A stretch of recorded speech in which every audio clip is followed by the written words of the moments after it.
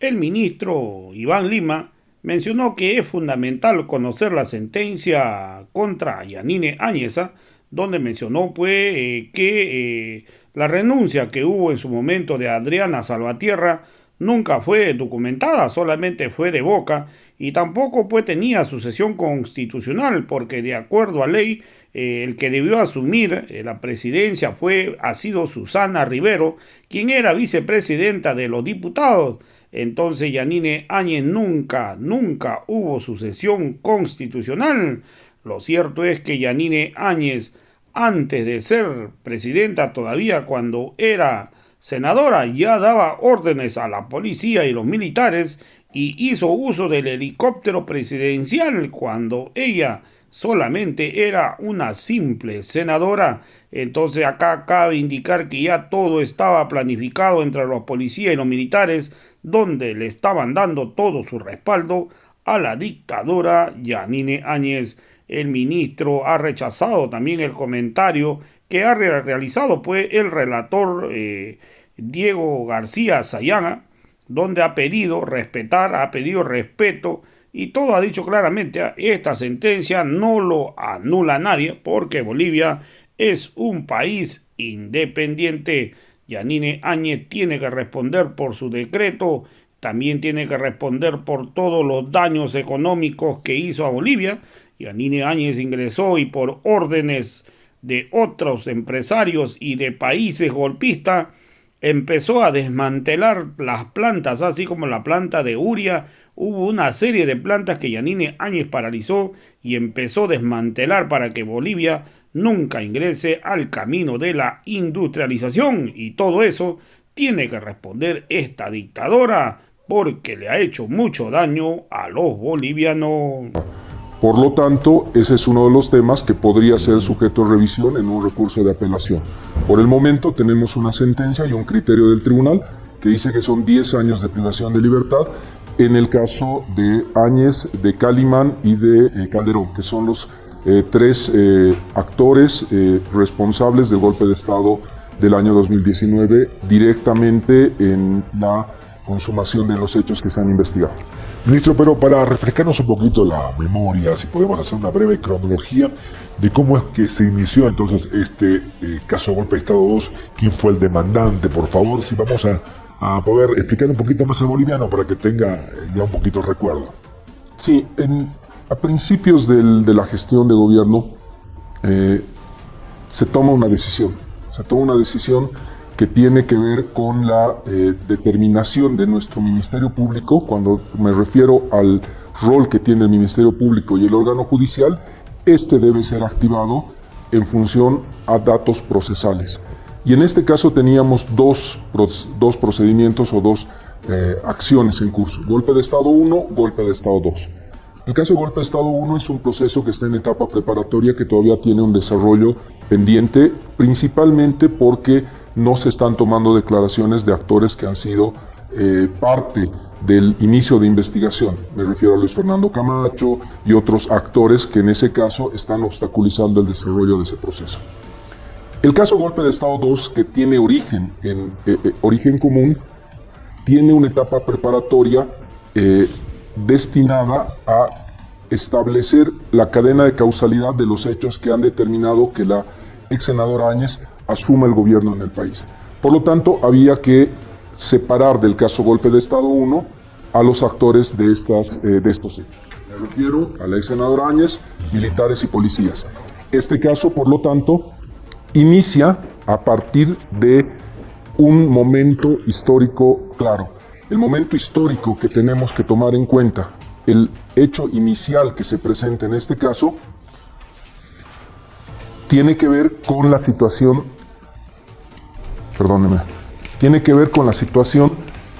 determinada en la acusación. La acusación se presenta para este caso con relación a los hechos ocurridos antes de que se dé la autoproclamación. Los hechos que ocurren entre el 10 y el 12 de noviembre. Ese es el marco temporal que se está juzgando en el caso golpe de Estado 2. Es un caso que comienza a partir de una acusación el mes de noviembre del año pasado, y el inicio de un juicio en esta gestión. Es en esta gestión que se presenta la acusación, se sortea un tribunal de juicio y tenemos las características de oralidad, de publicidad y contradicción con las salvedades que nos representa la pandemia. Esta situación ha culminado con una sentencia que tiene la calidad de cosa juzgada. Y en la pregunta que haces viene la constatación de los hechos y de las pruebas presentadas. Yo creo que más allá de seguir discutiendo en el país de lo que sentimos, de lo que quisiéramos o de lo que le pedimos a la opinión pública que pueda contribuir con su apoyo o su rechazo, tenemos que analizar este caso ahora a partir de una sentencia. La sentencia que se ha emitido es histórica, tiene un contenido de 72 páginas y eso es lo que debería ser el objeto del debate nacional. ¿Qué argumentos ha tenido la defensa? ¿Cuáles han sido los argumentos de la acusación? ¿Qué se ha podido probar y qué no se ha podido probar? Y la argumentación jurídica. La sentencia que tenemos el día de hoy no es una sentencia final todavía porque puede ser objeto de recurso de apelación y de casación. En este momento procesalmente nos encontramos con recursos de complementación y enmienda que han presentado las partes.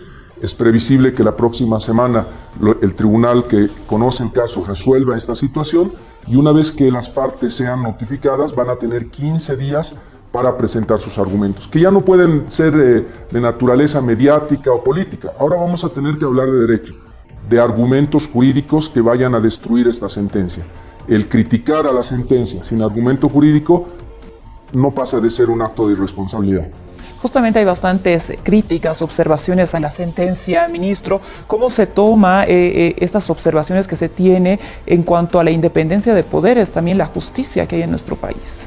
Mira, yo creo que el elemento fundamental era conocer la sentencia. La sentencia ha sido leída y se ha notificado en la semana pasada. He visto que ya en redes sociales y los medios de comunicación han publicado la misma.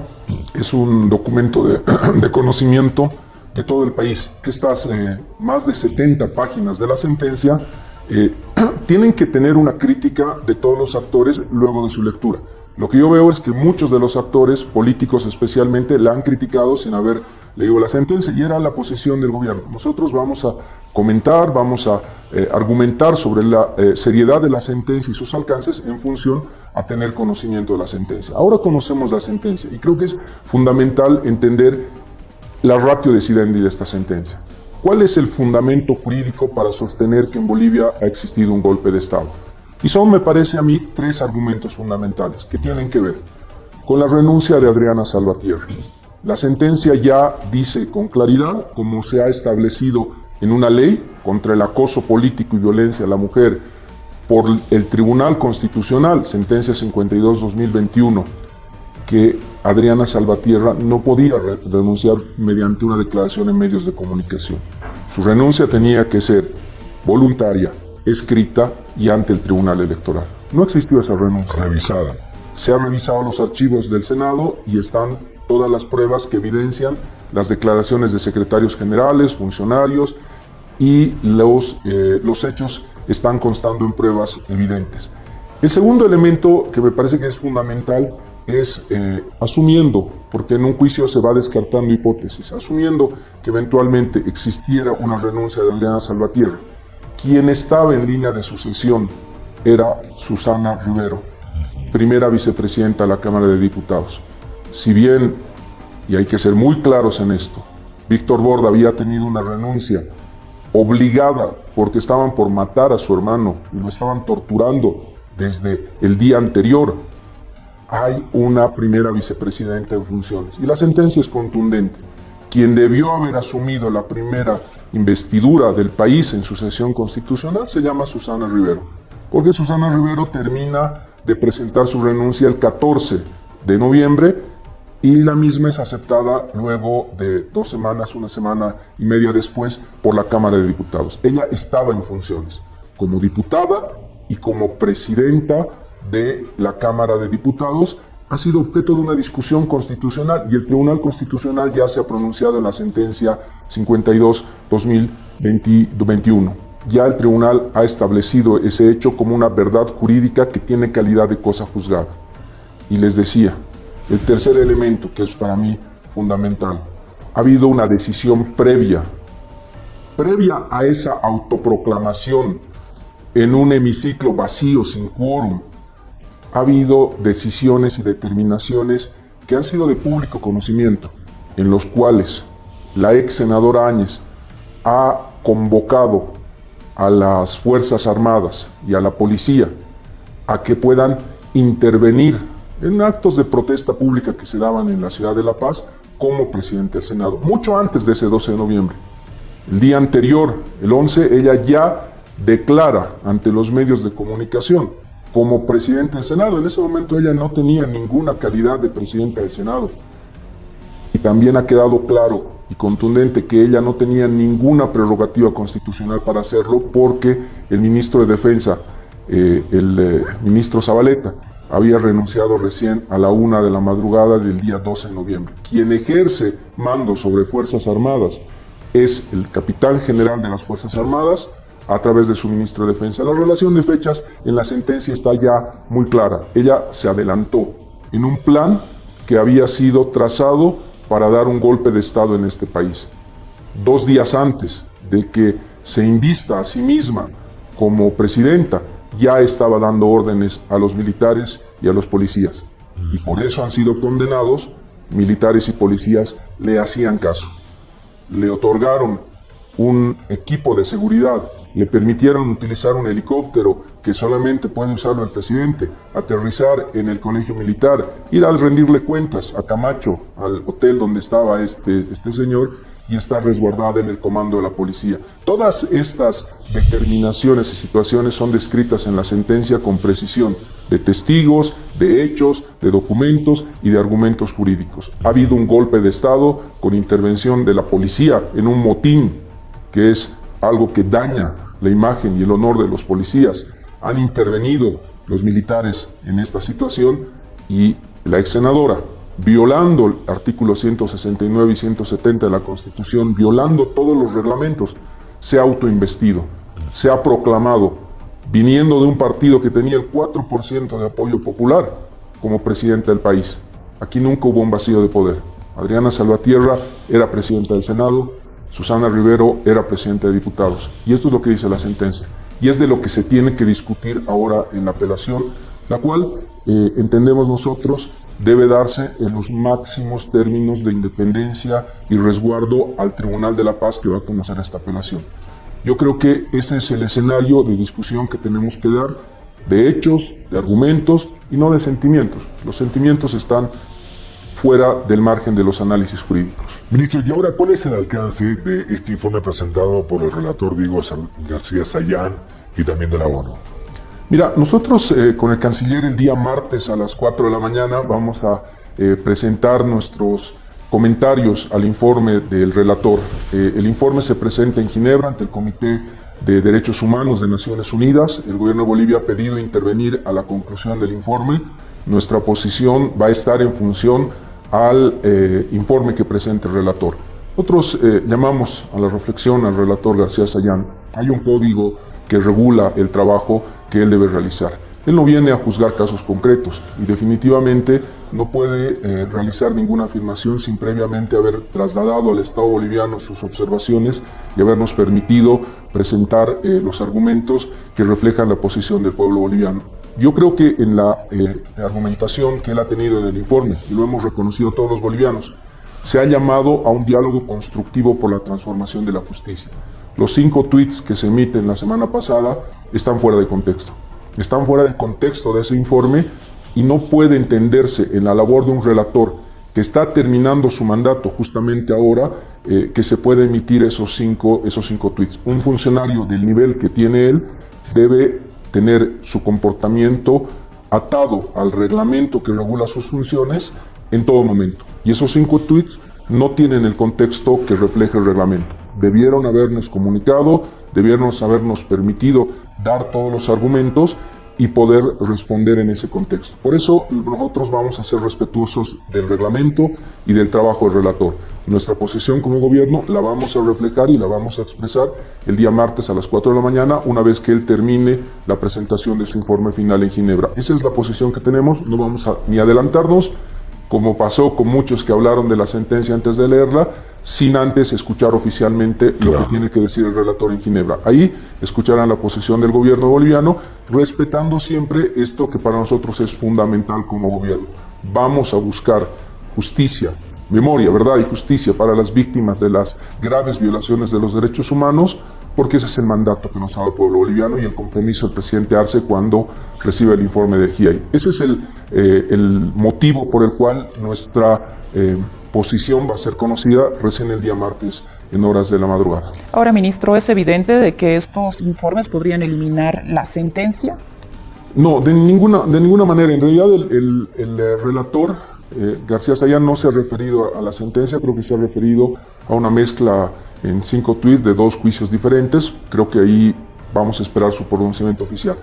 Cuando te refieres al informe del Alto Comisionado de Naciones Unidas para los Derechos Humanos, el representante en Bolivia de Michelle Bachelet, tienen que entenderse un principio fundamental.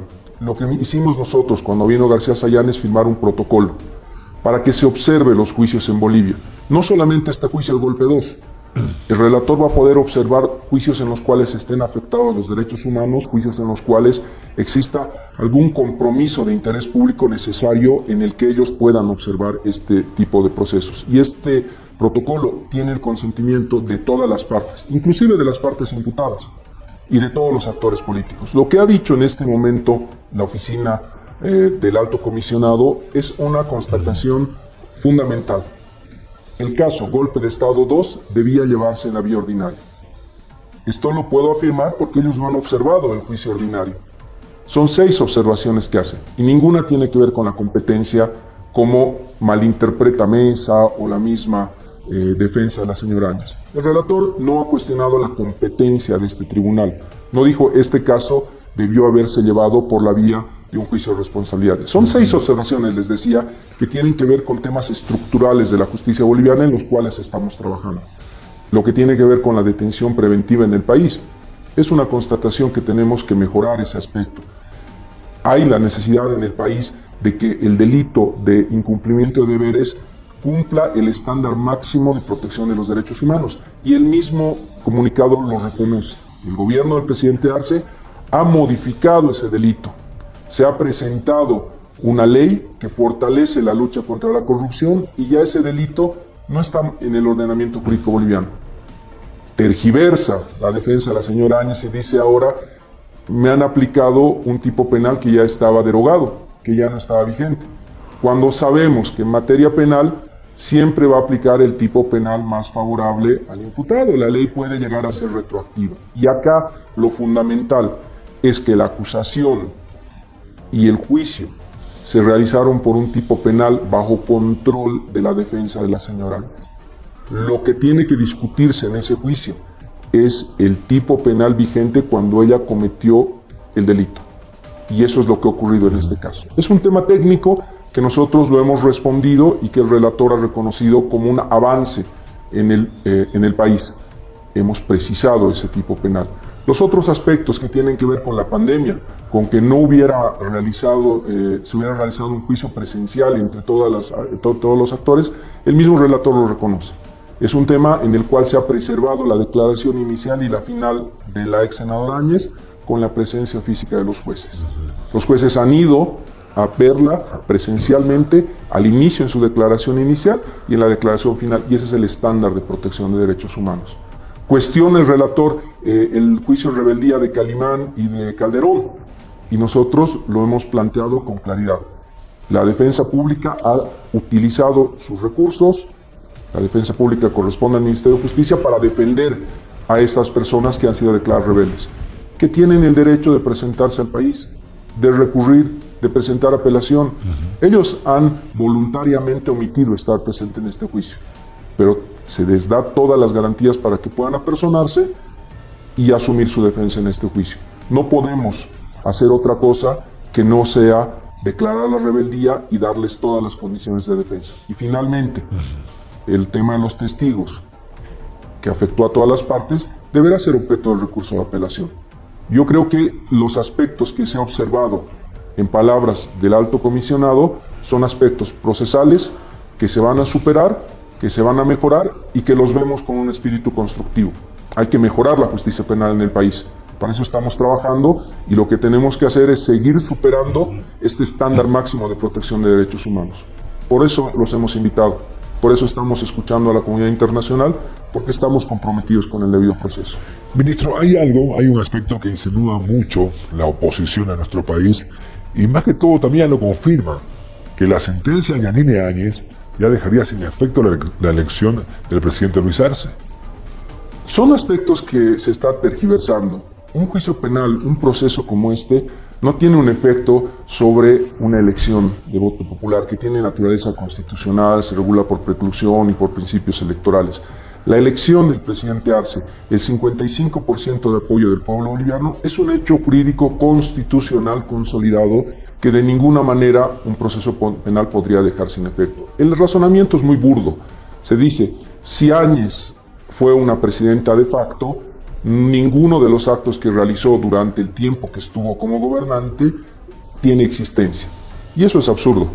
Eso es absurdo porque el delito que ha cometido al llegar y asumir la presidencia se ha juzgado bajo este tipo penal, resoluciones contrarias a la Constitución. Y se ha juzgado ese tiempo en el cual ella fue senadora, que no tiene privilegio constitucional.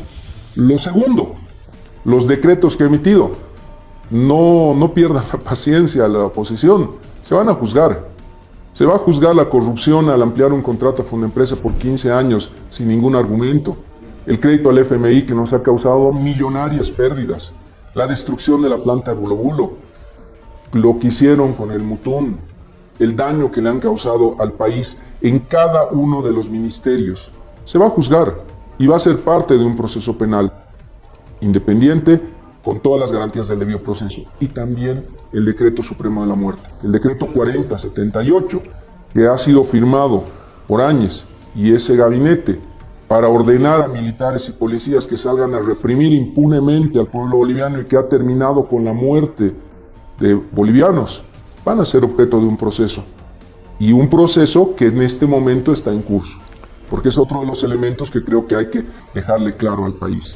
Tenemos en la ciudad de Cochabamba el caso FIS-Sacaba 19-01612, que ya está vigente desde el año 2021, en el cual ha sido imputado ya Arturo Murillo, Fernando López, Carlos Orellana, Edwin Zurita, Alfredo Cuellar, Rodolfo Antonio Montero, Franz Vargas, Israel Rojas, Ciro Orlando Álvarez, Pablo Hurtado Guerra, Aldo Bravo Méndez, Moisés Orlando Mejía, Iván Patricio Inchauste, Óscar Armando Cava y Boris Cristian Pastor Paz, que están con detención preventiva. ¿Quiénes son estas personas? Son quienes en el puente Guayani, en Sacaba, han ordenado la muerte de bolivianos. ¿Quién falta en esa lista? ¿Quién ha instruido en calidad de presidenta de facto que los militares que han intervenido cometan esta masacre, este genocidio? Y por lo tanto, no se puede decir que en este momento la justicia boliviana no esté actuando. La justicia boliviana tiene un caso iniciado hace más de un año con detenidos preventivos en los cuales únicamente resta definir la presentación de la acusación y llevar adelante el juicio. Esto que ha ocurrido en Sacaba no puede quedar en la impunidad, y eso no va a ocurrir. Ninguna declaración de ningún actor político nos va a sacar del objetivo principal como gobierno, que es darle justicia a todos los muertos en masacres que nunca deben repetirse en el país. Justamente sobre este tema, ministro, ¿dónde queda la justicia por las masacres en Sencata, en Sacaba? ¿Qué es lo que procede? ¿Por qué cree usted que debe ir por un juicio de responsabilidades y no por la vía ordinaria? En realidad ese tema, y te agradezco la pregunta, es un tema que tiene que ser resuelto por los jueces.